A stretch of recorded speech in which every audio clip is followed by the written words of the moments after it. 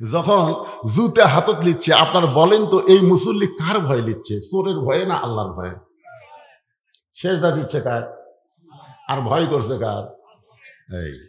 এই দেখেন এই ছেলেটা যে এই জায়গাতে এসে বসলো, আপনারা বলেন তো ওর পায়ের স্যান্ডেল কোথায়? ওই যখন এখানে এসে বসলো, আপনারা ওর দিকে খেয়াল করছেন?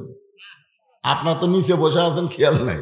আমি উপর থেকে দেখতেছি স্যান্ডেল হাতত নিয়ে, কারো মাথার ধার দিয়ে, কারো টুপির ধার দিয়ে, মনে হয় 2-1টা গাওয়াত বাড়িও লাগলো। আপনারা সত্যি করে বলেন তো এই মাথার দাম বেশি না স্যান্ডেলের দাম বেশি? তাহলে পায়ের স্যান্ডেল আপনার মাথার বাড়ি খাওয়াবেন, এটা আপনি চান? আজকে আলুর যে অবস্থা ভাই, আমার বাঁচার কোনো বুদ্ধি নাই। আবাদ না হলে আমি খাবো কি? ব্যবসা না হলে আমি চলতে পারবো না।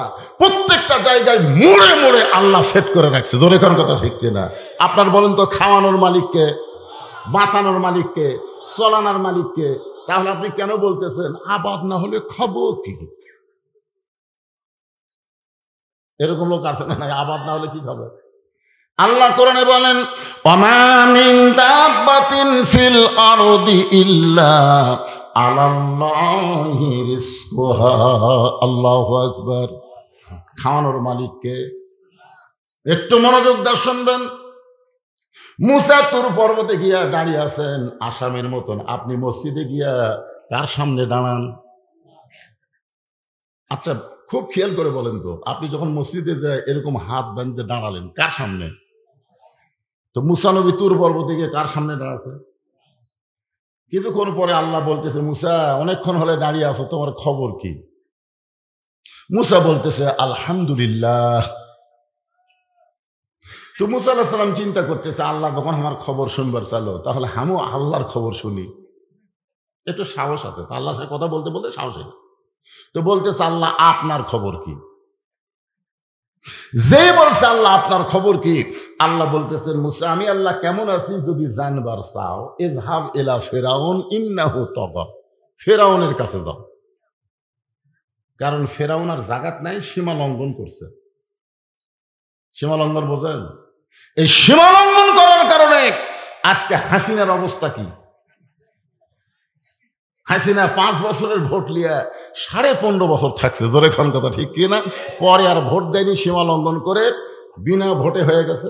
তারপরের বছর আবার দিনের ভোট রাতে করছে, আর তারপরের বছর 24 সালে আবার ড্যামি নির্বাচন করছে। ইন্নাহু তাগা, এর নাম হলো সীমা লঙ্ঘন। আপনি আপনার পকেটে 100 বার হাত দেন, আপনার পকেটে 100 বার হাত দেন, আপনাকে লোকজন বলবে যে লোকটার একটা বদ অভ্যাস আছে, নিজের পকেটে বারবার হাত দেয়, কিন্তু তেমন কিছু বলবে না। কিন্তু এই পকেট বাদ দেয় যদি এই পকেটে যায়, এটার নাম কি? সীমা লঙ্ঘন। মানে আমার পকেট বাদ দিয়ে আমি অন্যের পকেটে গেছি, আমার বউ বাদ দিয়ে আমি পরের বউয়ের দিকে তাকাই আছি। এরকম আছে না? ধরে কেন আছে না? বউ বাদ দিয়ে শালির দিকে খালি কুত্তার লাগাল বারবার তাকায়, এরই নাম হলো তগা। এটার নামই হলো সীমা লঙ্ঘন।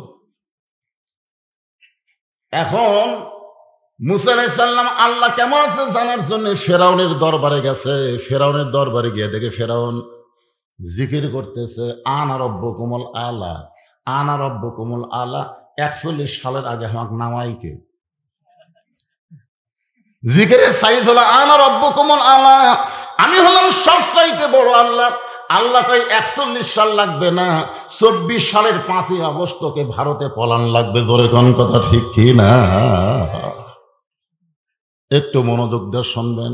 মুসা আলাইহিস সালাম চিন্তা করতেছে কে রে, আমি যার সাথে তুর পর্বতে কথা বললাম সেটা কে? আর সিয়ারত বৈশা ই যে সবচাইতে বড় আল্লাহ দাবি করতেছে, ই কে? আপনারা বলেন তো, যাই এখনই তুর পর্বতে আল্লাহর সঙ্গে কথা বলছে সেই লোকটা আল্লাহর উপরে ঈমান কম না বেশি? কারণ কিছুক্ষণ আগে কার সাথে কথা বলছে? যারা প্রতিদিন এই কোরআন শরীফ পড়েন, প্রতিদিন ফজরের নামাজের পরে আপনি পড়েন, কোরআন থেকে যেখানে খুশি সেখানে পড়েন, কিন্তু রাসূল বলেছেন সূরা মুলুক যদি কেউ তেলাওয়াত করে, প্রত্যেক দিন ফজরের নামাজের পরে সূরা মুলুক তেলাওয়াত করে, কোরআনের কত আয়াত পড়ে পড়ুক, অসুবিধা নাই, কিন্তু নির্দিষ্টভাবে সূরা মুলুক তেলাওয়াত করার কারণে আল্লাহ তার কবরের সমস্ত আযাব মাফ করে দেয়। জোরে বলো সুবহানাল্লাহ। এমনকি ইমাম গাজ্জালি বলেছেন রাসূলের হাদিসকে নকল করে যে আপনাকে যে কাফনের কাপড় দেওয়া হবে ওই কাপড়ের উপরে সূরা মুলুক একটা চাদর বানায় দেওয়া হবে। কবরের কোনো ক্ষমতা নাই, আপনার দেহ পর্যন্ত আযাব আসতে পারে। জোরে কান সুবহানাল্লাহ। সেই সূরা মুলুকের মধ্যে আপনি পড়তেছেন তাবারাকাল্লাযী বিয়াদিহিল মুলকু ওয়া হুয়া আলা কুল্লি শাইইন কাদির। গোটা বিশ্বের রাজত্ব কর্তৃত্ব মালিকানা কার হাতে? সমস্ত ক্ষমতার মালিক কে? আপনি কি হজ করছেন? এখানে হাজী সাহেব কেউ নাই? মাশাআল্লাহ। কোন সালে করছেন বাবু? উনি যখন হজ করবার গেছেন আল্লাহর কাবা ঘর সামনে নিয়ে কিন্তু একটা সাক্ষী দিয়েছেন, ঘোষণা দিয়েছেন।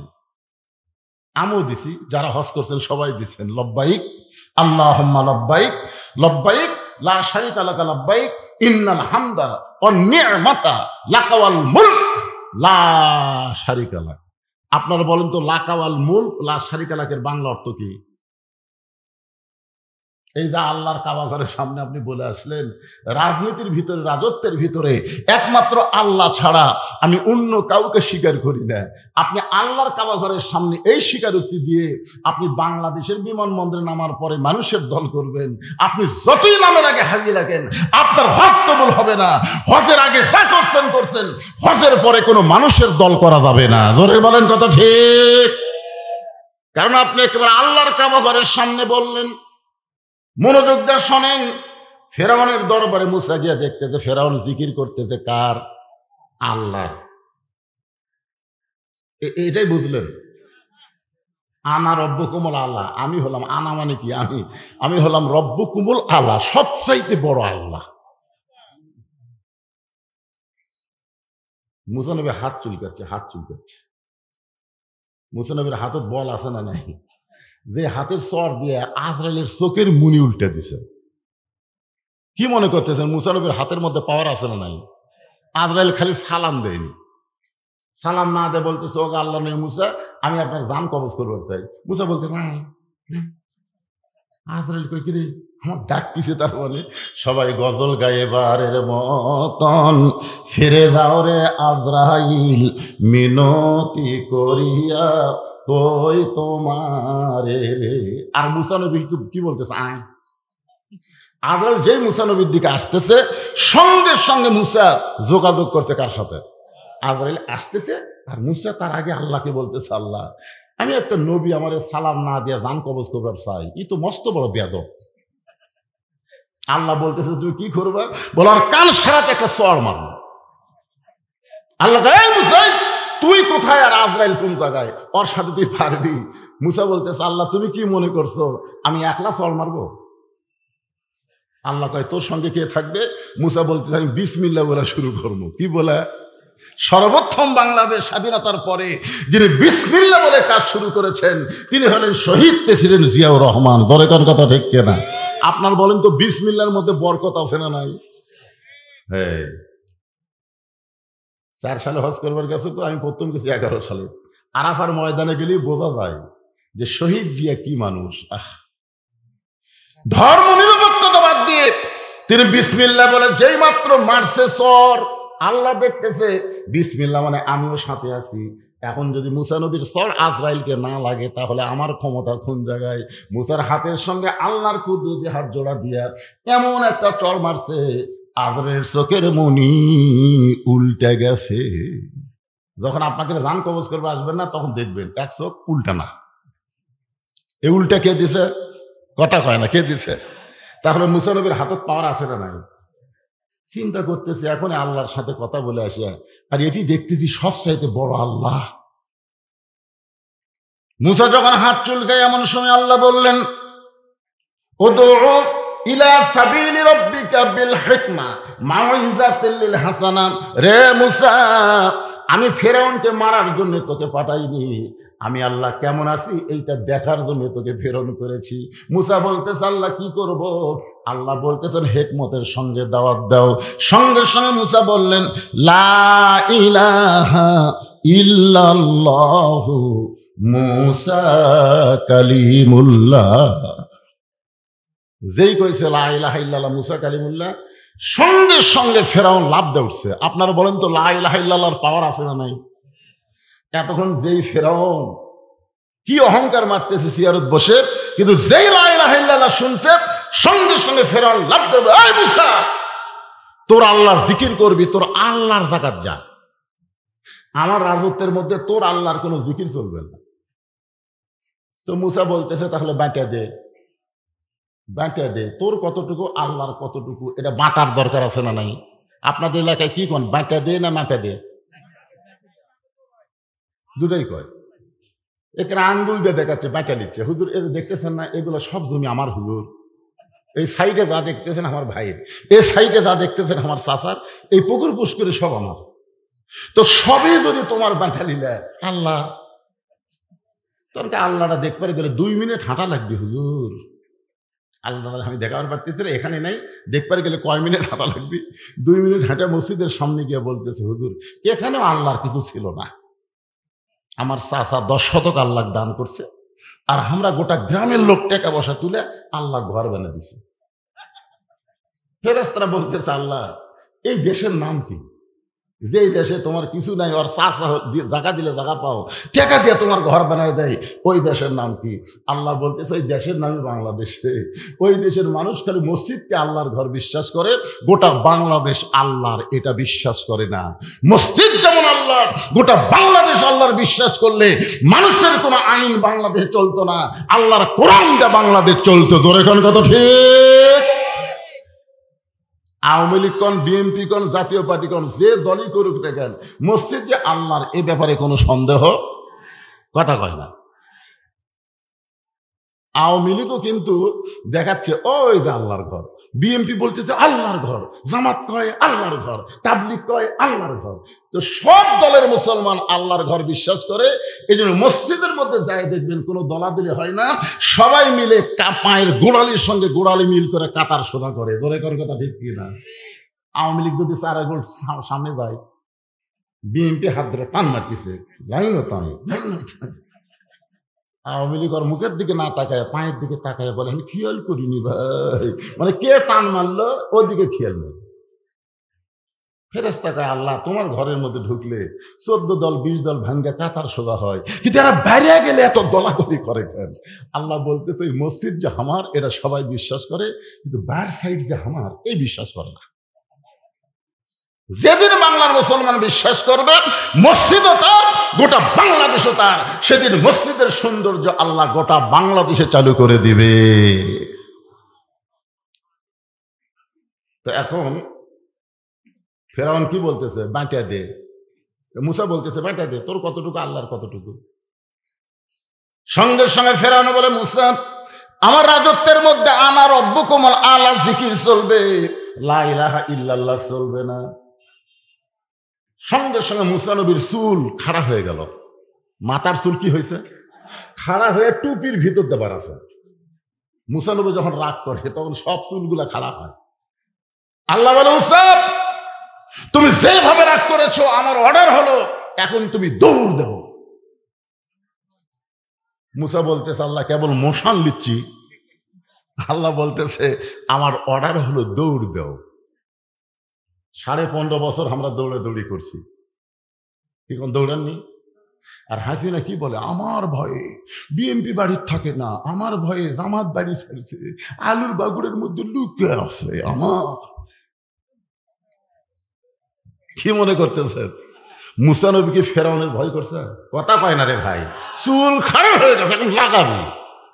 ইতিমধ্যে আল্লাহ হুকুম করলো মারো দৌড়।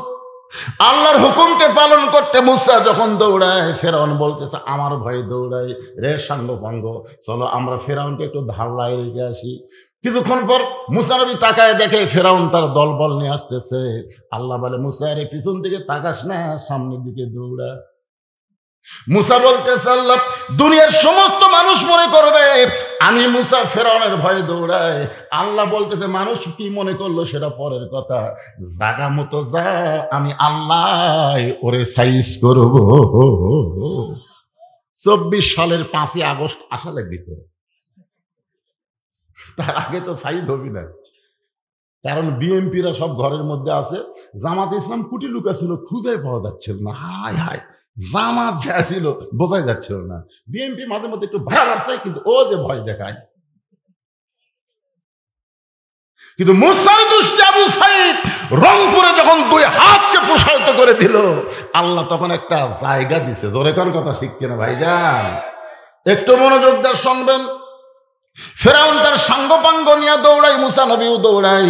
যেই মাত্র সাগর সামনে পড়েছে, এখন মুসা নবী দৌড়াবার চাইলেও তো আর পারে না, সামনে সাগর। মুসা বলতেছে আল্লাহ কি করব? আল্লাহ বলতেছে ব্রেক কর। যেই ব্রেক করছে, ফেরাউন সৈন্যদের নিয়ে এসে বলতেছে মুসা আর পলাবার পারবি না, আমরা সৈন্যরা তিন দিকে অস্ত্র শস্ত্র নিয়ে দাঁড়াই আছি, সামনে হচ্ছে সাগর, সামনে হলো সাগর। বর্তমান হাসিনার ফাঁসি দেওয়ার পরে ভারত কি করছে? এই বাংলাদেশ, একটাবার খেয়াল করে দেখো, তিন দিকে আমরা ভারত, একদিকে সাগর, পলাবা কোন দিক দিয়ে? একই অবস্থা মুসা নবীর হয়েছে, দেখেন একই অবস্থা। ফেরাউন বলতেছে আমরা সবাই তিন দিকে লাঠি সোটা নিয়ে দাঁড়ায় আছি, সামনে সাগর, পলাবা কোন দিক দিয়ে?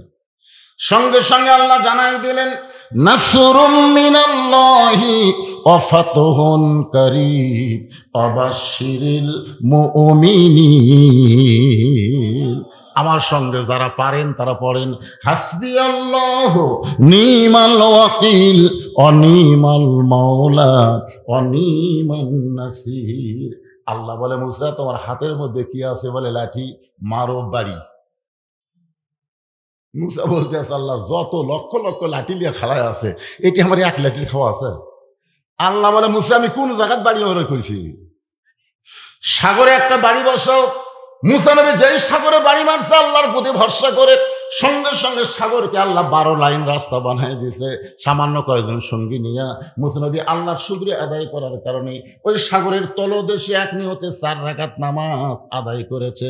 আল্লাহ ডাকনা হাবিব, ওই সাগরের তলদেশে মুসা নবীর 4 রাকাত নামাজ আমি আল্লাহর কাছে এত ভালো লাগছে, আপনার উম্মতের জন্য আমি সংরক্ষণ করে রাইখা দিয়েছি। আজকে লাইলাতুল মেরাজে আপনাকে আসরের 4 রাকাত নামাজ হিসেবে দিয়ে দিলাম। এই 4 রাকাত নামাজ যখন আপনার উম্মতেরা জামাতের সঙ্গে আদায় করবে, আমি আল্লাহ মুসা নবীর সম পরিমাণ সওয়াব তার আমল নামায় দিয়া দিব। সূরাটার নাম কি? আর আমি আপনাদের ফজিলত শুনালাম আসরের নামাজের। এখন আসেন যুবক যারা বসে আছো, বাবা তোমাদের জন্য আজকে এই ওয়াজটা করা। আসর শব্দের অর্থ হলো সময়। সময়ের দাম বোঝে না, সারা জীবন ঘুষের চাকরি করছে, এখন চাকরি রিটায়ার হয়ে গেছে, এখন সময়ের গুরুত্ব দিচ্ছে। নামাজ পড়ে কাঁদতেছে আর বলতেছে আল্লাহ আমি আর জীবনে ঘুষ খাবো না, আমি আর জীবনে ঘুষ খাবো না। 2 কান্দের ফেরেশতা আল্লাহ আর কান্দর থেকে আমরা লেখমুখী। আর যখন ঘুষের চাকরি ছিল তখনই সময় বোঝেনি, তখনকার সমানে 2 হাতে কামাই করছে আর খাচ্ছে, এখন চাকরি গেছে, এখন কান দিচ্ছে আর ঘুষ খাবো না। ঘুষ খাবার ফেলে আর পারবি? সারা জীবন শয়তানি করেছে আর বুড়া বয়সে মসজিদে সিয়ারি লেগেছে, এরকম কিছু মুসল্লি আছে না নাই? জোরে কোন আছে না? সারা জীবন শয়তানি করছে, যৌবনকালে নামাজ পড়েনি, এখন বুড়াকালে যারা 27 গুণ সওয়াবের জন্য মসজিদে গেছে, এরকে সওয়াবই ক্যান্সেল করে দিচ্ছে। আপনারা বলেন তো মসজিদে নামাজ পড়লে 27 গুণ সওয়াব একা একা পড়লে, জোরে করে একা একা পড়লে কখন পড়লে? জামাতের সাথে নামাজ পড়ার নিয়ম কি? যার যেখানে খুশি খাড়া হবে না, কাতার সোজা করে দাঁড়ান লাগবে। কাতার সোজা করে দাঁড়াবার গেলে রাসূল বলেছেন পায়ের গোড়ালির সঙ্গে গোড়ালি মিল করে দাঁড়ানো লাগবে। তাহলে যেই বেটা সিয়ারি লেগেছে এর গোড়ালি কোন জায়গা? তাহলে কোনো ব্যক্তির পায়ের গোড়ালি যদি সামনে যায়, ওই কাতারে যত মুসল্লি আছে নামাজের সব পাবে, কিন্তু জামাতের সব পাবে না। জামাতের সব আদায় করতে গেলে 4 জন মুসল্লি এসে আর 4 সিয়ারের পাও ধরে কান্দর তোলা লাগবে। যেরকম খাটনি তোলে খাটনি মনে করে চেয়ারের পাও ধরে 4 জন ধরে বারান্দা থুয়ে এসে পায়ের গোড়ালি ঠিক করা লাগবে। কোনো ভাঙ্গা সুরা এরকম লোক জামাতে চলবে না। লা ইয়াকাল্লিফুল্লাহু নাফসান ইল্লা উসআহা। সরকারি চাকরি করলে, বুড়া বয়সে চাকরি না করলে, সরকার যদি বেতন দেয়, যৌবন বয়সে যারা নামাজ পড়বে, বুড়া বয়সে যদি জামাতের নামাজ নাও পড়তে পারে, যেখানেই নামাজ পড়বে সেখানে আল্লাহ পেনশনের সওয়াব দিয়ে দেয়। সুবহানাল্লাহ, জোরে কর না কেন? আসর শব্দের অর্থ কি? সময়। মিশে মায়ায় বন্দি থাইকা করলাম কত খেলা, পশ্চিমে তাকায়া দেখো তোমার ডুইবা গেছে বেলা।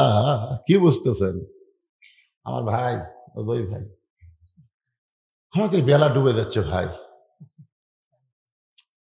মন খালি চাচ্ছে পারে আর একবার কি কালো দাড়ি পাওয়া যাবে না। মুখের সামনে গরুর গোস্ত মুরগির গোস্ত কত দেয়, মন খালি কয় খারে খারে। ইমান বলতেছে ডায়াবেটিস বেড়ে যাবি রে, তোর খাওয়ার সময় শেষ রে, তোর সময় শেষ। আসরের নামাজের পরে মাগরিবের নামাজ যেরকম সময় থাকে না, আমরা যারা এখানে বসে আছি আমাদের অবস্থাও তাই। ধরে কোন কথা ঠিক কিনা? আপনি সত্যি করে বলেন তো ভাইজান, আপনি যে আজকে এই গোপীনাথপুর মাহফিল আইলেন, এখান থেকে বাড়ি যাওয়ার গ্যারান্টি আপনার আছে? এমন কোন আল্লাহর বান্দা আছেন সাহস করে বলেন হুজুর আমি বাড়ি যাবই, এইরকম একজন সাহসী লোক আছে? তার মানে কি বুঝাচ্ছেন?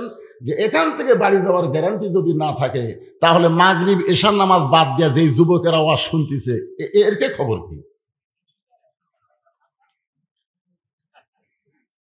যুবক এই দুটা কে উঠলো রে,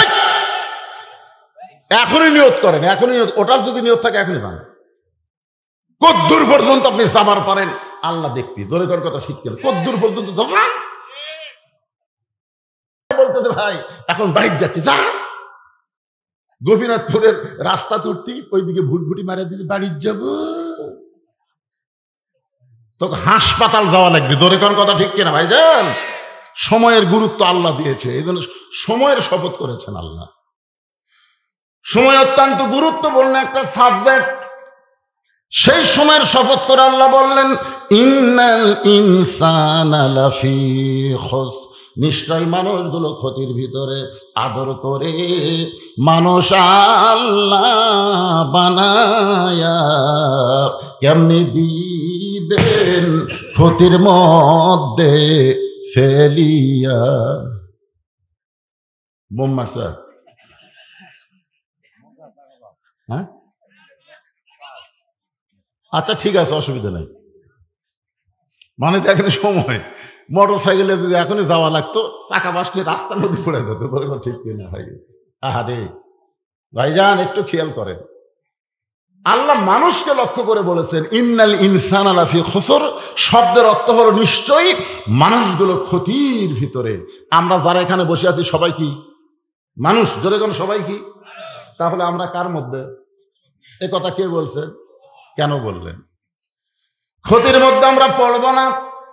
আল্লাহ এখানে চারটা বিষয় বলেছেন, ইল্লাল্লাযীনা আমানু ওয়া আমিলুস সলিহাতি ওয়া তাওয়াসাউ বিল হক ওয়া তাওয়াসাউ বিস সবর। মাইকের সাউন্ড একটু বেশি চ্যানচেল করতে বাবা, সাউন্ডটা মিষ্টি করে দাও তো। এখানে বিষয় হলো চারটা। ধরে কোন কয়টা? খুব খেয়াল করুন আঙ্গুলের দিকে, চারটা। এক নম্বর বিষয়ের নাম হলো ইমান। ইমান যদি না থাকে গরুর গোশত খাওয়াই যাবি না। কি আপনাকে এদিকে কিছু লোক আছে না নাই, গরুর গোশত খাওয়াবি না। আপনার বলেন তো গরুর গোশত গোশতের মধ্যে সবচাইতে ভালো, আর সেই গোশত খাওয়া যাবি না? আল্লাহ নিষেধ করছে। ঠিক বাবা, বাবার কথা মতো খায় না, আল্লাহর কথা মতো। একটু মনোযোগ দেবেন। ইমান কারে কয়? ইমান সম্পর্কে রাসূল বললেন ইকরার বিল লিসান, তাসদিক বিল জানান, আমল বিল আরকান, এরই নাম হলো ইমান। শুধু জবানে আল্লাহ বললে হবে না, তাসদিক বিল জানান, কলিজার মধ্যে আল্লাহর জায়গা দেওয়া লাগবে। শুধু কলিজার মধ্যে আল্লাহর জায়গা দিলে হবে না, আমলের মাধ্যমে প্রকাশ করা লাগবে। এখানে যারা বসে আছেন আমাদের সকলের মুখে আল্লাহ আছে না নাই? যদি না থাকে তাহলে ভরেলেন আল্লাহ আল্লাহ আল্লাহ, লা ইলাহা ইল্লাল্লাহ, লা ইলাহা। আচ্ছা এটা খুবই সহজ, জবানে আল্লাহ স্বীকার করা খুবই সহজ, কিন্তু তাসদিক বিল জানান এই আল্লাহটা কলিজার মধ্যে ঢুকানো খুবই কঠিন। আল্লাহ যখন কলিজার মধ্যে জায়গা পাবে, ওই লোকটার চরিত্র কেমন হবে? দরকার হলে জীবন দিবে, কিন্তু এক মুহূর্তের জন্য ঈমান ছাড়বে না। ওই লোকটার কাছে জীবনের চাইতে ঈমানের দাম বেশি। এখন আমরা যারা এখানে বসে আছি, আপনারা সত্যি করে বলবেন, জীবনের দাম বেশি না ঈমানের দাম বেশি? অন্তর থেকে বলেন তো, জীবন বাঁচান ফরজ না ঈমান বাঁচান ফরজ? সামনে নির্বাচন আসতেছে, বুঝাই শোনা কর। জীবন বাঁচান ফরজ না ঈমান বাঁচান ফরজ? কারা কারা ঈমান বাঁচান ফরজ এই পক্ষে দুই হাত তুলে আমার আল্লাহকে দেখান। লিল্লাহে তাকবীর। আল্লাহ, এই রাত্রে হাত নামান। যারা হাত তুলে তোমাকে বলল ঈমান বাঁচান ফরজ, আল্লাহ তাদের সকলকে ঈমানের সাথে কবরে নিও। জোরে কোন আমিন। এখন একটা দৃষ্টান্ত দিই। তাসদিক বিল জেনান যখন কলিজার মধ্যে থাকবে, ঈমান যখন এরই মধ্যে ঢুকবে, তখন ওই মানুষের চরিত্রটা কেমন হবে? ফুলের মতো।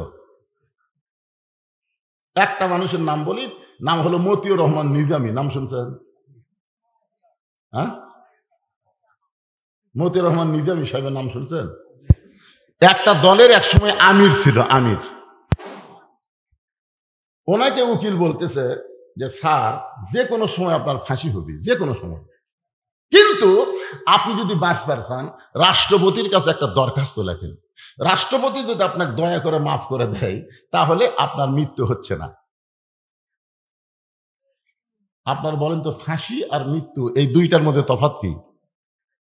একটাই। হ্যাঁ, একটু এটা বোঝা লাগবে, মৃত্যু ভিন্ন, ফাঁসি ভিন্ন। সঙ্গে সঙ্গে মতিউর রহমান নিজামী মুচকি মুচকি হেসে বলে, উকিল, তুমি যে রাষ্ট্রপতির কাছে আমাকে দরখাস্ত লিখতে বলতেছো, এরকম তিনজন রাষ্ট্রপতিকে ক্ষমতার থাকা অবস্থায় মরা দেখছি। একটা হলো মুজিবুর রহমান, একটা হলো জিয়াউর রহমান, একটা হলো জিল্লুর রহমান। যারা ক্ষমতার থাকতে নিজেই মরা যায়, কোন ইমানদার জীবন ঈমান থাকা অবস্থায় তাদের কাছে কোনোদিন জীবন ভিক্ষা চাবে না। এটার নাম হলো তাসদিক বিল জেনান, কলিজার মধ্যে ঈমান। এরপরে বলতেছে রাসূল, আমল বিল আরকান। আমল বিল আরকান, ঈমান অনুযায়ী আমল করা লাগবে। আপনাদের কাছে আমার প্রশ্ন হলো, ঈমান রক্ষা করবার যে আমলটা করা লাগবে এক নম্বরে, সে আমলের নাম কি? সবাই বলতেছেন না। মানে যে আমল না করলে ঈমানই থাকবে না, সে আমলের নাম কি?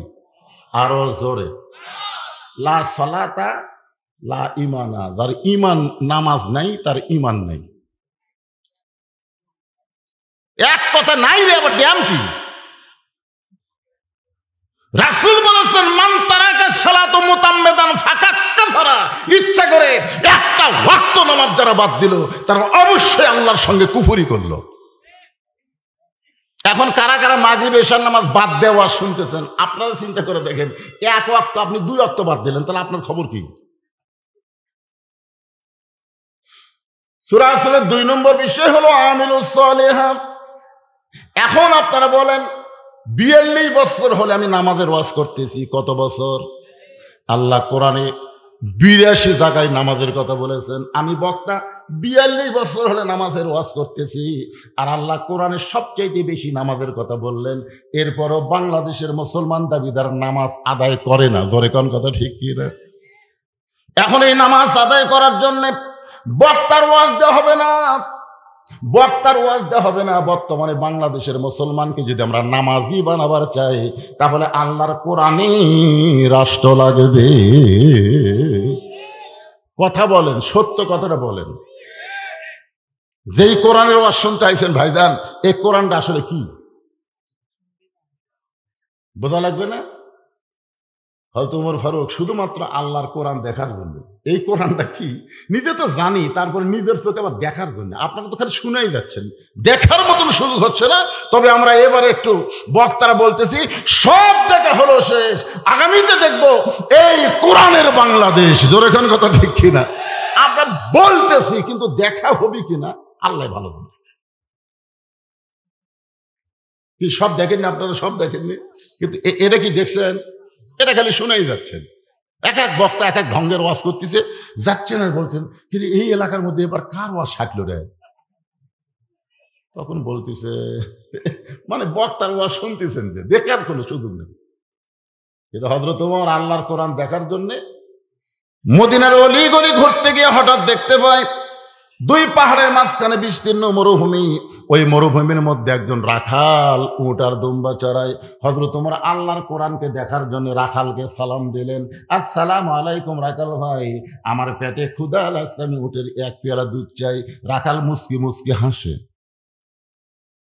ওমর ফারুক বলে, রাখাল আমি তোমার সালাম দিলাম, তোমার কাছে উটের দুধ চাইলাম, তুমি সালামের উত্তর দিলে না, উটের দুধ দিবা কিনা সেটাও বলো না, তুমি মুস্কি মুস্কি হাসার কারণ কি? রাখাল বলে, পথিক আমি তোমার সালামের উত্তর দিব, উটের দুধও তোমাকে দিব, কিন্তু আগে জানতে হবে তোমার পরিচয়। তুমি যে আমারে সালাম দিলে, উটের দুধ চাইলে, তুমি আসলে কে? ওমর ফারুক চিন্তায় পড়ে গেলেন। শুধুমাত্র আল্লাহর কোরআন দেখার জন্যে আমি অর্ধ পৃথিবীর খলিফা ছদ্মবেশ ধারণ করেছি। এখন রাখালের কাছে যদি আমার পরিচয়টা দিয়ে দেই তাহলে গুমর তো ফাঁস হয়ে যাবে।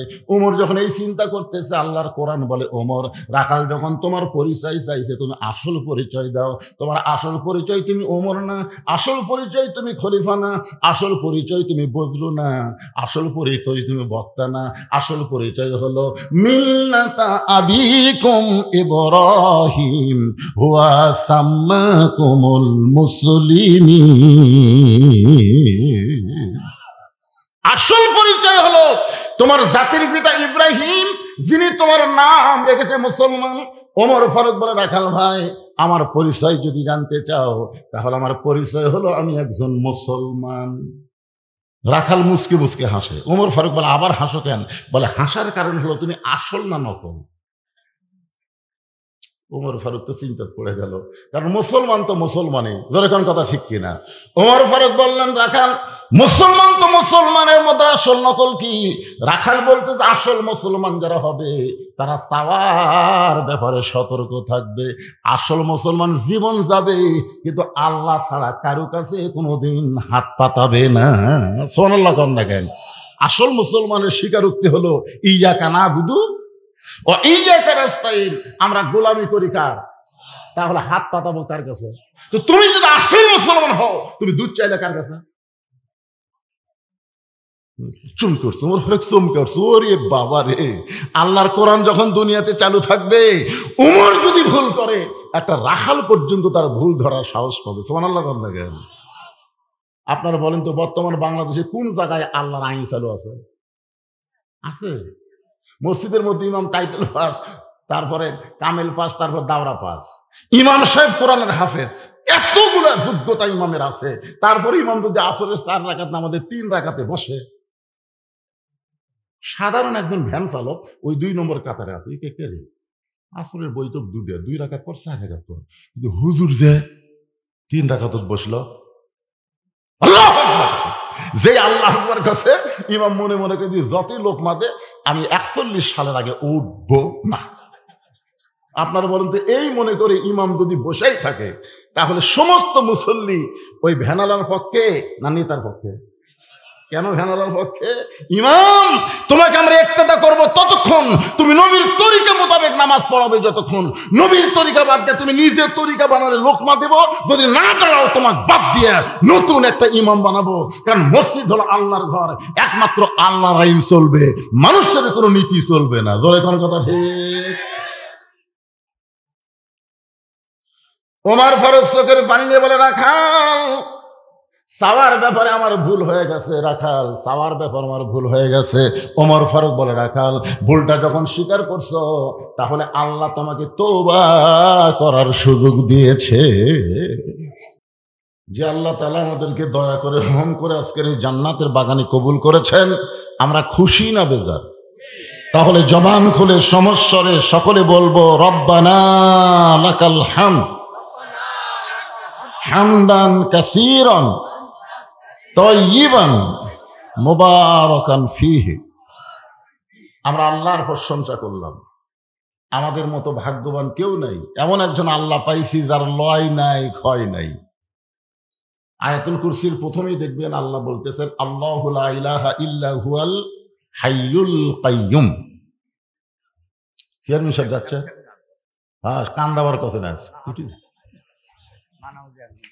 আচ্ছা ঠিক আছে যান। হ্যাঁ, চেয়ারম্যান সাহেব মেরে দিয়েছে যে হুজুরের কাছে কান্দানি লাগবে, কান্দে যাবেন।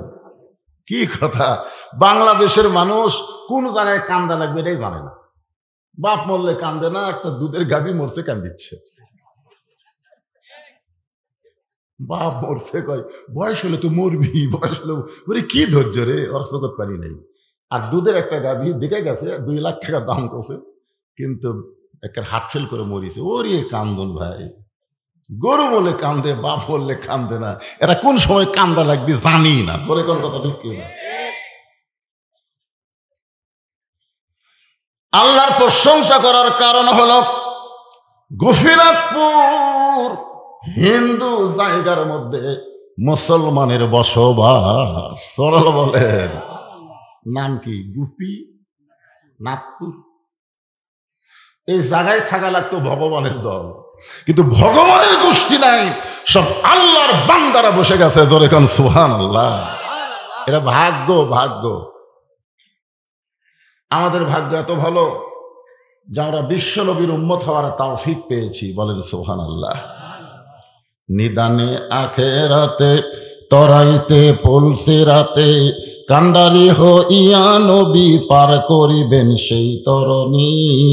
সবাই বলেন নবী মোর পরশমণি, নবী মোর সোনার খনি, নবী নাম ভাবে যেজন সেই তো দোজাহানের ধনী। আলহামদুলিল্লাহ। এখন যে কোরআন থেকে সূরা আসর নিয়ে আপনাদের সামনে আলোচনা হবে, আপনারা সবাই এক বাক্যে বলবেন এই কোরআনের মধ্যে কোনো সন্দেহ? সবাইকে বলা লাগবে। এটা কি আমার কথা না আল্লাহর কথা? যিনি কোরআন আমাদেরকে প্রেরণ করেছেন তিনিই কোরআনের প্রথমে বলতেছেন জালিকাল কিতাবু লা রাইবা ফিহ হুদাল লিন-নাস। হুদাল লিন-নাস, এই কোরআনের প্রথমে আপনারা জানেন না।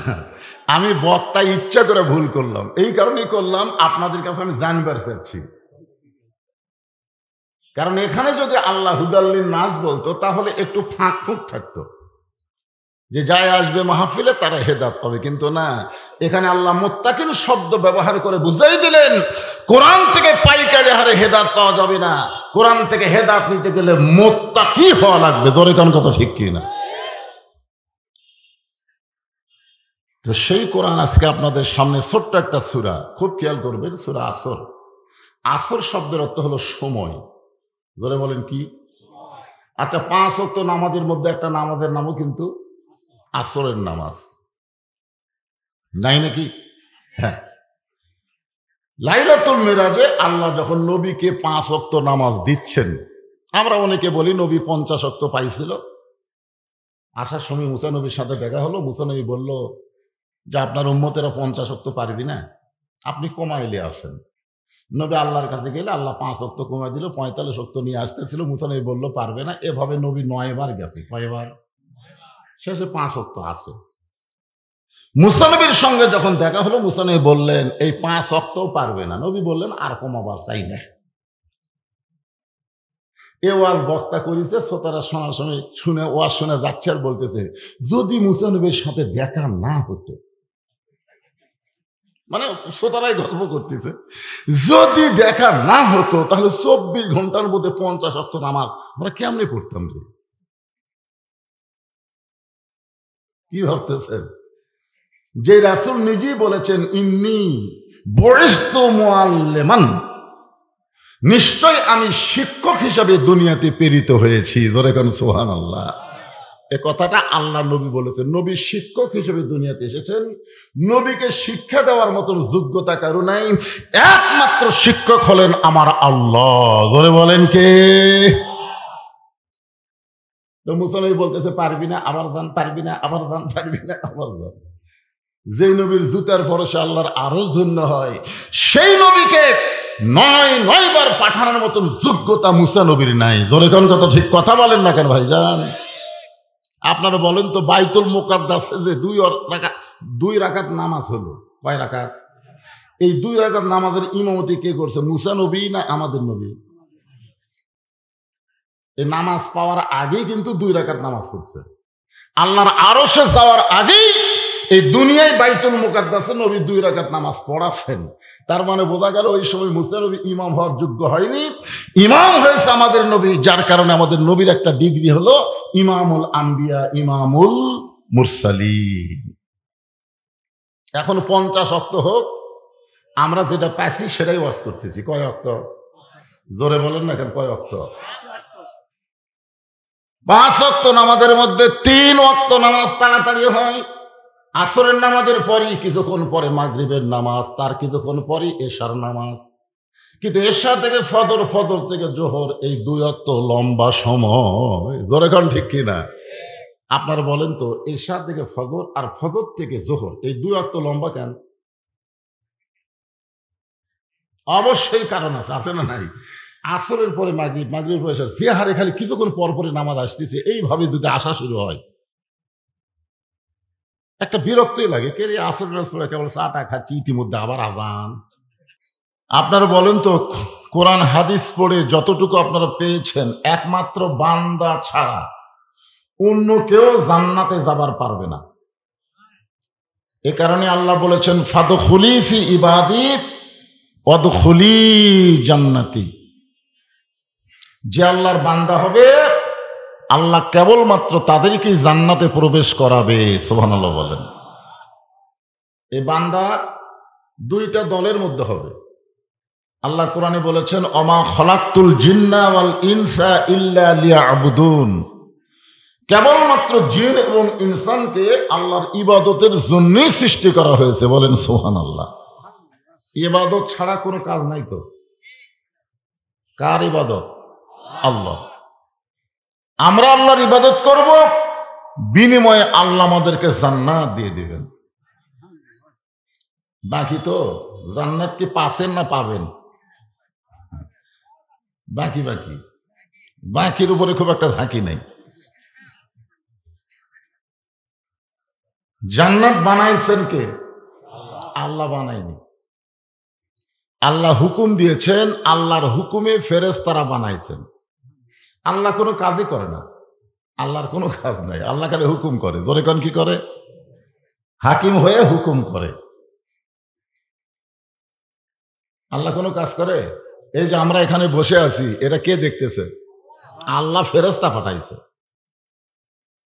আল্লাহ ফেরেশতা পাঠাইছে, অসংখ্য ফেরেশতা এখানে এসে আল্লাহর হুকুমে আমাদেরকে দেখতেছে। বলেন সুবহানাল্লাহ।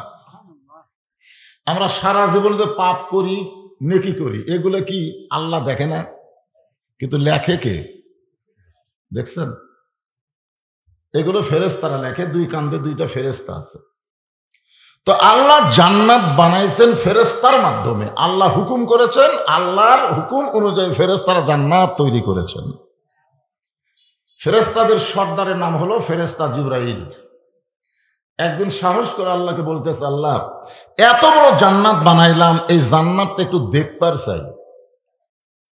আল্লাহ বললেন, তোমার দরখাস্ত মঞ্জুর। সুবহানাল্লাহ বলেন।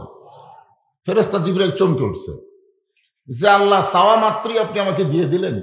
আল্লাহ বলে, কি দিছি একটু চিন্তা করো। তুমি জান্নাত দেখবার চাইছা, আমি তোমাকে দেখার হুকুম দিলাম, কিন্তু জান্নাতে থাকার কোনো জায়গা তোমার হবে না। ধরে কেন? সুবহানাল্লাহ। জান্নাতে কারা থাকবে? কোরআনে আয়াত দিয়েই তো আপনারা শুনলেন, কেবলমাত্র বান্দা বান্দিরা, এছাড়া কেউ জান্নাতে থাকতে পারবে না। ফেরেশতা জিবরাইল বললেন, আল্লাহ দেখার সুযোগ যখন পাইছি, আমি একটু দেখবার চাই। আল্লাহর হুকুমে জিবরাইল জান্নাত দেখার জন্য জিবরাইলকে আল্লাহ তাআলা 600 পাখা দিয়েছে। ধরে কোন কয়শো পাখা? 600। ফেরেশতা জিবরাইল 600 পাখা দিয়ে যদি উড়াল দেয়, তাহলে তার গতি কেমন হয়? একবার ফেরেশতা জিবরাইল নবীর কাছে আসলেন। আল্লাহ নবী বলেন, জিবরাইল লৌহে মাহফুজ থেকে আমি নবীর কাছে আসতে তোমার কত সময় লাগে? মানে কোরআন শরীফের আয়াত নিয়ে আমি নবীর কাছে আসতে তোমার সময় লাগে কত? ফেরেশতা জিবরাইল বললেন, হুজুর চোখ বন্ধ করবেন আর খুলবেন, এর বেশি সময় লাগবে না। সুবহানাল্লাহ না? তাহলে জিবরাইলের গতি আলোর গতির চাইতেও কোটি কোটি গুণ বেশি। আলোর কিন্তু একটা গতি আছে, আছে না নাই? 1,86,000 প্রতি সেকেন্ডের গতি, লক্ষ বর্গমাইল। এটা হচ্ছে আলোর গতি। তার চাইতেও বেশি গতি হলো জিবরাইলের। ফেরেশতা জিবরাইল 600 পাখা নিয়ে জান্নাত দেখার জন্য উড়াল দিলেন, জান্নাত দেখার জন্য। এই দুনিয়ার 1 বছর পর্যন্ত জান্নাত দেখলেন, কিন্তু জান্নাতের সীমানা পাইলেন না, সীমানা। ফেরেশতা জিবরাইল বললেন, আল্লাহ, দুনিয়ার 1 বছর ধরে উড়াল দিয়ে জান্নাত দেখলাম, এখন পর্যন্ত জান্নাতের সীমানা পেলাম না। এই জান্নাত কত বড়? আল্লাহ বললেন, জান্নাত কত বড়? দুনিয়ার 1 বছর সময়ের উড়াল দিয়া তুমি মাত্র দেখলে 1 আনা। 16 আনার কয় আনা? ফেরেশতা জিবরাইল বলতেছে, তাহলে আর দেখবো না। আল্লাহ বলতেছেন, দেখবা না কেন? জিবরাইল বলতেছে, পরের জায়গা আমার দেখে লাভ কি? আপনার বলেন তো, জান্নাত কি জিবরাইলের জন্য না আমাদের জন্য? আমরা আল্লাহর বান্দা, আমাদের জন্য। পরের জায়গা, পরের জমি, ঘর বানায় আমি রই, আমি কিন্তু জমির মালিক নই। আসার সময় রাস্তা দেখলাম এই সাইডে একটা সেই বাড়ি, আমি কিন্তু 2 বার তাকাছি। তাকানোর পরে এই গান আমার মনে হয়েছে, কি রে, পরের জায়গা, পরের বাড়ি, আমার দেখে কোনো লাভ আছে? যদি কোনো লাভ আছে? ফেরেশতা জিবরাইল বললেন, আল্লাহ আর দেখবো না। কেন দেখবো না? বলে, পরের জায়গা আমার দেখার লাভ কি? আল্লাহ বলে, বুঝলে তুমি কিন্তু 1 বছর পরে বুঝলে। জিবরাইলকে বলতেছে, বুঝলে ঠিকই, কিন্তু কয় বছর পরে? আমরা যারা এখানে বসে আছি, আমরাও কিন্তু বুঝবো। কখন বুঝবো? আল্লাহ বললেন, জিবরাইল, তাহলে জান্নাত যখন দেখবা না, জান্নাত থেকে বের হও। ফেরেশতা জিবরাইল বললেন, আল্লাহ, আমার থাকার যখন সুযোগ নাই, বাইর হতে লাগবেই। যাওয়ার আগে আপনাকে একটা প্রশ্ন করব। আল্লাহ বলে, কি প্রশ্ন? জিবরাইল বলতেছে, যাদের জন্য এত বড় জান্নাত আপনি বানাচ্ছেন, আমার মনে হয় তারা কোনোদিন জান্নাত দেখা শেষ করতে পারবে না। 600 টাকার উড়াল দিয়া দুনিয়ার 1 বছরে দেখলাম মাত্র কয় আনা? যারা আলোর চাইতে কোটি গুণ বেশি গতি, আর সেই জিবরাইল 1 বছরে দেখলো 1 আনা। তাহলে 16 আনা জান্নাত যাদেরকে আপনি দিবেন, আমার মনে হয় তারা জান্নাত দেখে কোনোদিন শেষ করতে পারবে না। আল্লাহ বলে, জিবরাইল, আমার বান্দাকে তুমি জানো কিন্তু চিনো না। যেরকম সুবহানাল্লাহ, আমার বান্দা সম্পর্কে তোমার জানা আছে কিন্তু চেনা নাই। এত বড় জান্নাত আমার বান্দা বান্দির দেখতে কত সময় লাগবে? যদি তুমি জানবার চাও, আগামী জুমার দিনে। কোন দিনে? মুয়াজ্জিন যখন জুমার নামাজের আজান দেবে, ওই আজান শোনার পরে সর্বপ্রথম যে মুসল্লি মসজিদের মধ্যে আসবে, তাকে জিজ্ঞাসা করলেই তুমি জানতে পারবে এত বড় জান্নাত আমার বান্দারা কেমনে দেখবে। সুবহানাল্লাহ বলেন না? আপনাদের কি মনে হয় জিবরাইল ফেরেশতার চাইতে আমাদের ক্ষমতা কম না বেশি? যালিকা ফাদলুল্লাহি ইউতিহি মান ইয়াশা, আল্লাহু যুল ফাদলিল আযীম। আল্লাহ তাআলা এত বড় ক্ষমতা বান্দা বান্দীদেরকে দান করেছে। ধরে কোন সুবহানাল্লাহ। আমি সেই ক্ষমতার কথা আজকে কোরআন থেকে বলবো। তার আগে আমি বলতেছি, আপনারা হলেন আল্লাহর বান্দা। সুবহানাল্লাহ বলেন। যারা আমার সামনে বসে আছেন, দাঁড়িয়ে আছেন, সকলকেই অন্তরের অন্তঃস্থল থেকে আমি শুভেচ্ছা জ্ঞাপন করছি। আমার সম্মানিত মা বোনেরা, পর্দার অন্তরালে বসে বসে যারা আলোচনা শুনতেছেন, তাদেরকে শ্রদ্ধা জ্ঞাপন করে আবার সেই নামাজ শেষ করে উঠিয়ে নিয়ে যাওয়ার সময় মসজিদের অনেকেই নামাজ পড়তে থাকা অবস্থায় মসজিদের ভিতর বিকট শব্দ, জায়নামাজ দ্বারা কি ঠিক হবে? এরা অহংকারী লোক, নিজে নামাজ পড়া তুলে চলে যাচ্ছে। আল্লাহর ঘর তো একটা দিয়েই দিয়ে আবার তুলিস কে? আর তোলার সময় ঠস ঠস করে শব্দ হয়, ইয়ার কি মারতিস আল্লাহর সাথে? একজন ব্যক্তি এই কাজগুলো করে, এখন করণীয় কি? যাই করতেছে তাই যদি শুনবার পায় আর করবি না, তাই যদি শুনবার পায় আর করবে না। কারণ জায়নামাজ বিছাইছে সুলতান বলকি মহিষুয়ার পশুরামের সামনে। ধরে কোন কথা ঠিক কি না?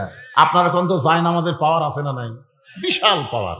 আগে এটা দিলে তো ফতুয়া মতাকে একটা ওয়াজও করে দিতাম। দেখো, যেটা বলতেছি, আসেন আমার মায়েরা যারা পর্দার অন্তরালে আল্লাহর রাস্তায় ইত্তেদায়ী মাদ্রাসায় দান করবেন।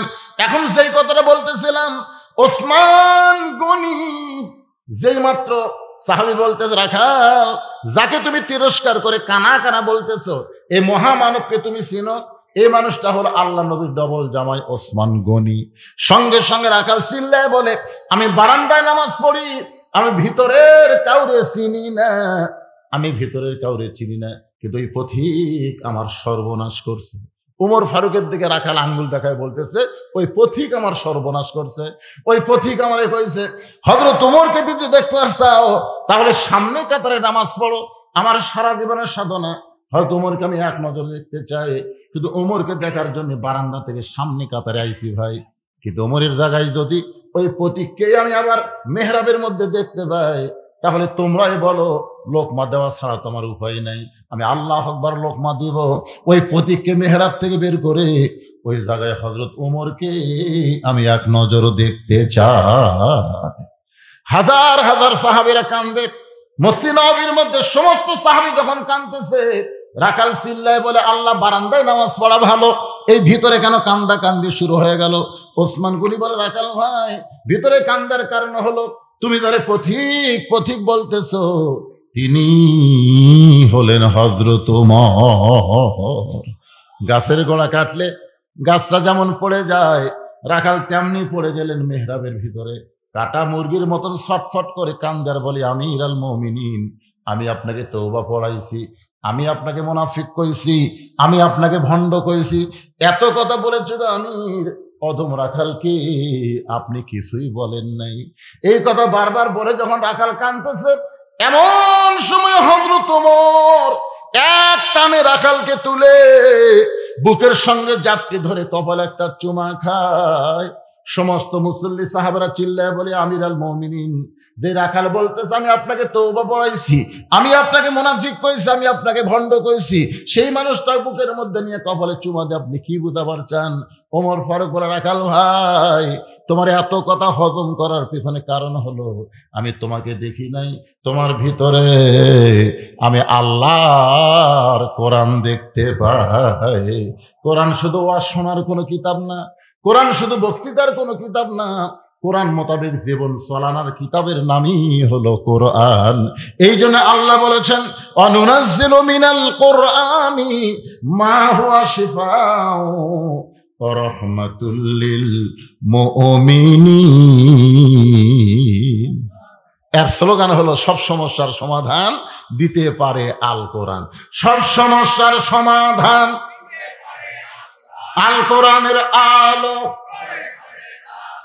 ঘরে ঘরে না, আল কোরআনের আলো আপনারা বলবেন জায়গা মতো জালো, আল কোরআনের আলো।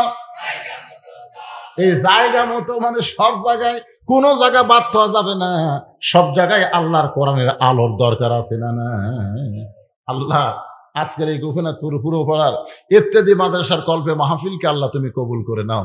গ্রামের মধ্যে একটা শোকের ছায়া, কারণ ইঞ্জিনিয়ার গোলাম মোস্তফা সাহেব যদি আজকে নমিনেশন পেত, গোটা গ্রাম আনন্দে উদ্দোলিত হতো। যেরকম কথা ঠিক কিনা? গ্রামের সন্তান, এটা আমি জানি, ঢোকা পাওয়ার পর থেকে বুঝতে পারছি কেমন যেন একটা শোকের ছায়া।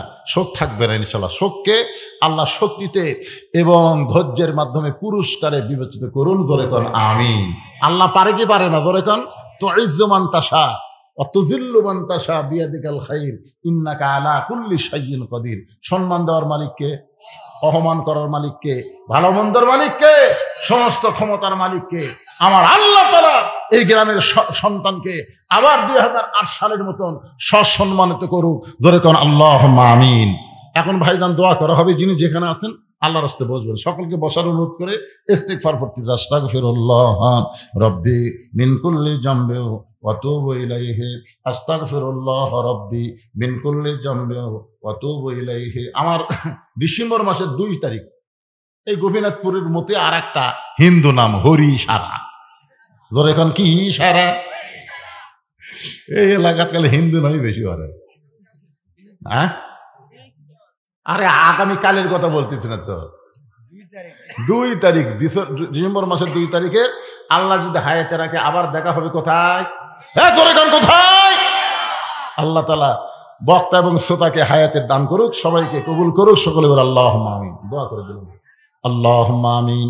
আল্লাহুম্মা আনতাস সালাম ওয়া মিনকাস সালাম তাবারাকতা ইয়া যাল জালালি ওয়াল ইকরাম। আয় আল্লাহ তাআলা, তোমার বান্দারা সেই মাগরিবের নামাজের পর থেকে এই গভীর রাত পর্যন্ত জান্নাতের বাগানে বসে বসে আলোচনা শোনার শেষে আমি গুনাহগারের সঙ্গে রহমতের দরজায় ফকির হয়ে দোকানা হাত তুলেছে। মেহেরবানি করে আজকের মাহফিল আমাদের সকলের হেদায়েতের জন্য, নাজাতের জন্য, জান্নাতের জন্য কবুল করো। এই মাহফিলের শুরু থেকে শেষ পর্যন্ত যত আলোচনা হয়েছে আল্লাহ, এর মধ্যে যদি ত্রুটি হয়, ভুল হয়, মাফ করে দিও। এর যা হাদিয়া মঞ্জুর করো। সোনার মদিনায় নবী পাকের রওজা মোবারকে আল্লাহ তুমি কবুল করে নিও। তামাম আম্বিয়াই কেরাম, আসহাবে কেরাম, তাবেনী কেরাম, তাবা তাবেনী কেরাম, তামাম পৃথিবীর মাটির নিচে যত মুমিন মুমিনা আছে আল্লাহ, সকলের আরওয়াহ পরে হাদিয়া কবুল করো। আল্লাহ, আমরা যারা হাত তুলেছি আমাদের মধ্যে জনম দুঃখনী মা যাদের কবরের ঘরে এতিম হয়ে গেছে আল্লাহ, মেহেরবানি করে মায়ের কবরকে জান্নাতের টুকরা বানায় দাও।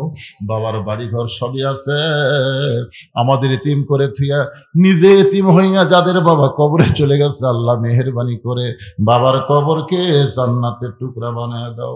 আল্লাহ, এই মাদ্রাসাকে কিয়ামত পর্যন্ত কবুল করো। এই মাদ্রাসার প্রতিষ্ঠাতা আমাদের সঙ্গে হাত তুলেছে আল্লাহ, তার মনের মধ্যে কত কষ্ট, জায়গা দিলাম মাদ্রাসা হলো, তারপরও মাদ্রাসা চলতেছে না। তার মনের সব কষ্ট দূর করার জন্যে আবার মাদ্রাসাকে পুরা তুমি আল্লাহ চালু রেখে দাও। আল্লাহ, এই গ্রামের সন্তান ইঞ্জিনিয়ার গোলাম মোস্তফাকে আল্লাহ তুমি কবুল করে নাও। আজকের মাহফিলের সম্মানিত সভাপতিকে আল্লাহ তুমি কবুল করো। আজকের মাহফিলের সম্মানিত সভাপতি ইমাম সাহেবদের আল্লাহ কবুল করো। যাদের মাথায় পাগড়ি পরানো হলো আল্লাহ, দুনিয়াতে যেমন সম্মান দিলা, আখিরাতের আদালতে তেমন সম্মান তাদের দিও। আল্লাহ, যেই মাহফিল থেকে ইমামদের সম্মানিত করা হয়েছে আল্লাহ, এই মাহফিলের কমিটিকে আল্লাহ তুমি পুরোপুরি সম্মানিত করো। আল্লাহ, প্রতি বছর এমন করে একটা মাহফিল যেন করতে পারে এমন ইমানি শক্তি এদেরকে দান করে দাও। আমার মা বোনেরা পর্দায় বসে বসে শুনেছে, আবেদের সালিহা পর্দার কবুল করে মা ফাতেমার চরিত্র দান করো। আল্লাহ, আমি অসুস্থ, আমার মতো অসুস্থ হয়ে যারা হাত তুলেছে আল্লাহ, সবাইকে সুস্থতার নিয়ামত দান করো। নগদে বাকিতে যিনি যা দান করেছেন আল্লাহ, এই দানগুলোকে মাদ্রাসার ওসিলায়, মাহফিল ওসিলায় তুমি জান্নাতের জন্য কবুল করে নাও। আল্লাহ, গোটা বিশ্বের মুসলমানকে আল্লাহ তুমি হেফাজত করো, আর বাংলাদেশের প্রতি আল্লাহ তুমি খাস রহমত করো। বিশেষ করে গোপীনাথপুর এলাকার উপরে রহমত বরকতের দরজা আল্লাহ তুমি খুলে দাও। সুবহান রাব্বিকা রব্বিল ইজ্জাতি আম্মা ইয়াসিফুন ওয়া সালামুন আলাল মুরসালিন ওয়াজাল আখিরাতি কালিমাতুন ইনদাল মাউতি। সকলে পড়েন লা ইলাহা ইল্লাল্লাহু মুহাম্মাদুর রাসূলুল্লাহ সাল্লাল্লাহু আলাইহি সাল্লাম।